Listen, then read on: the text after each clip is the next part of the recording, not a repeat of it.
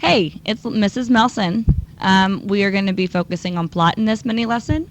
Our job is to know the 5 stages of plot and be able to write a clearly defined plot in our own personal narratives. So what we're going to do in this mini lesson is first backtrack to mapping out the plot. We mapped out the plot in Wonder. So we are going to focus on the plot map first. If you kind of remember, we created this in our results and progress notebook. This is going to be how we mapped out the plot. There are 5 stages. The first stage is the exposition. The exposition is the stage where we meet the main characters and we figure out their goals. We wonder and want to know what are they going to accomplish by the end of the book. So in Wonder, our main character was August, and we decided as a class that his goal was to get through middle school. That is what he wanted to accomplish by the end of the book. Then we get into our second stage, which is called Rising Action. Rising Action begins with conflict. We have talked about conflict before. There are 3 types that we've talked about in here. I'm going to list them real quick. We have man versus man, man versus self, and man versus nature. Man versus man is the type of conflict where a character has an issue with another character. Man versus self is when a character has an issue with themselves. They cannot make a decision. They're struggling with something, and they are talking about that conflict. Man versus nature is when a character is having issues with nature in general, natural forces, storms, blizzards, could be even as simple as being sick. So, whenever you first see one of these conflicts appear in a book, in a movie, in a play, you know that you have already hit the rising action stage. These conflicts are going to build, and build until we get to the climax.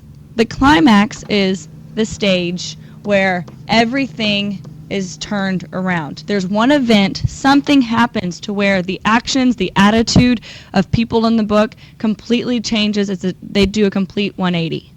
After that one event, we start seeing the repercussions of that event, what actually changed or turned around, and that is the falling action stage. In the falling action stage, we know that this is the stage where things are just falling into place for the character. Sometimes this is the stage where it's going to have the overall tension is pretty high if the antagonist still has the upper hand. But in our Wonder book, we knew that August, the woods turned the event in the woods turned the whole story around, and everything was just falling into place for August. Good things were happening to him. And then our final stage is the resolution. The resolution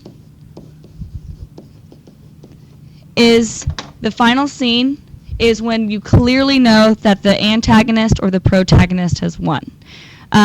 In our personal narratives, we're really going to focus on really just that final scene and what we feel or how we felt about the experience. So now it's time to figure out how are we actually going to have a decent, clearly defined plot in our writing. Like I have talked about in class, you need to have a clearly defined plot. The main thing that you really need to have in your personal narratives is a conflict, a turning point, the climax, and some sort of resolution. Clearly, you guys are not writing novels. You're not writing a whole book. You're writing a short story about a personal experience. So I gave you an example up here.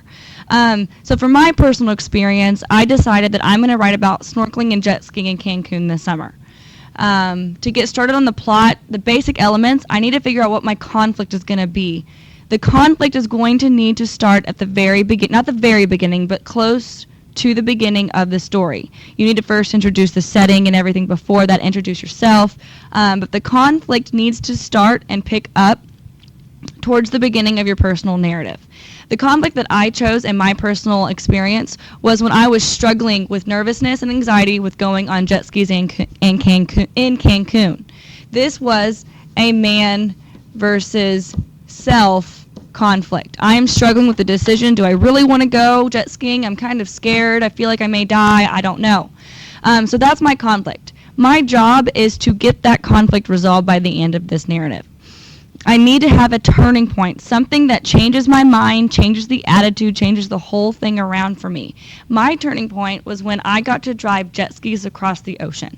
When it was my turn to actually drive the jet skis, I was excited. It made me less nervous. I had control. And so it completely changed my attitude around about my experience on jet skis.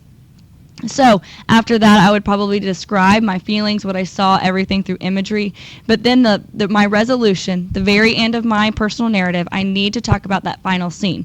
After we were done snorkeling and driving the jet skis, we got to, while we were waiting for our van to pick us up, we got to eat some free chips and salsa. Now, it wasn't really free, but let's pretend it was.